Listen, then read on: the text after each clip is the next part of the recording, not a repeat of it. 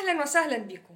أكبر مجاعة حصلت في مصر، هل فعلا المصريين أكلوا لحوم البشر ولا دي حاجة خيالية؟ بالفعل يا جماعة حصلت أزمة اقتصادية في عهد الدولة الفاطمية، وخاصة في عهد الخليفة المستنصر بالله، نتيجة قلة منسوب مية النيل. فده بالتالي أثر على الأراضي الزراعية، مما أدى إن الأسعار ارتفعت جدا والمصريين ما كانوش لاقيين ياكلوا، لدرجة إن هم أكلوا القطط والكلاب من الشوارع. وما اكتفاش الأمر بكده، لقينا كمان عصابات كانت بتطلع فوق أسطح المنازل وبيتم من خلالها اصطياد الناس بالخطاطيف، لدرجة إن هم أكلوا لحوم البشر.